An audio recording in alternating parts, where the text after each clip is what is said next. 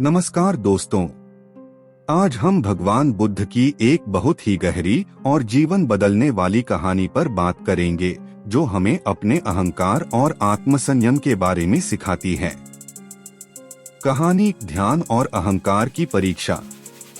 एक दिन भगवान बुद्ध अपने शिष्यों के साथ एक गांव में प्रवचन देने पहुंचे। गांव में एक बहुत ही प्रतिष्ठित व्यक्ति था, जिसका नाम कुमार था। वह व्यक्ति बड़ा ही घमंडी था और उसे लगता था कि वह दूसरों से बहुत ऊपर है। वह बुद्ध की साधना और ध्यान को नकारता था और हमेशा कहता था, ध्यान केवल समय की बर्बादी है। मैं जो करता हूँ वही सबसे श्रेष्ठ है। एक दिन कुमार ने सोचा कि उसे भगवान बुद्ध को परीक्षा में डालना चाहिए। वह बुद्ध के पास गया और कहा, मुझे यह सिद्ध करना है कि ध्यान में कोई प्रभाव नहीं है। मैं तुम्हारे साथ ध्यान करने बैठूंगा, लेकिन मैं यह दिखाऊंगा कि मैं तुमसे कहीं ज्यादा सक्षम हूँ।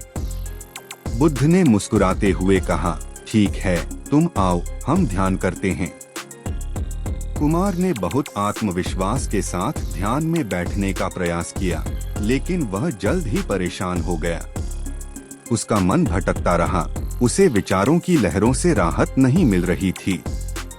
वह बार बार हिलता डुलता, सोचता रहा कि वह कहीं और था, और बहुत समय तक बैठने के बावजूद उसे शांति का एहसास नहीं हुआ। जब बहुत समय बीत गया और कुमार को कोई सफलता नहीं मिली, तो उसने ध्यान को छोड़ दिया।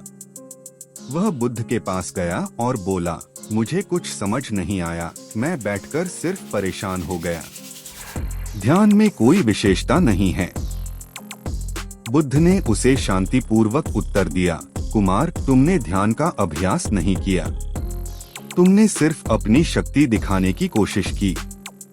ध्यान का असली रूप तब आता है जब तुम अपने अहंकार को छोड़कर सिर्फ शांति की ओर बढ़ते हो।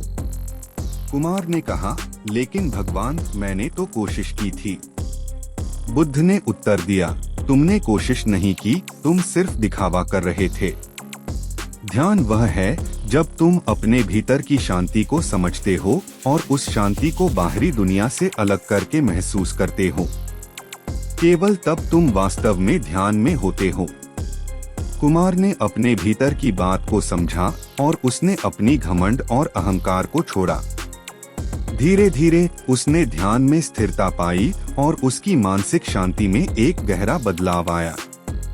सीख, यह कहानी हमें बताती है कि अगर हम अपनी क्षमता और अहंकार को छोड़कर पूरी श्रद्धा और समर्पण से ध्यान करें, तो जीवन में सच्ची शांति और संतुलन पाते हैं।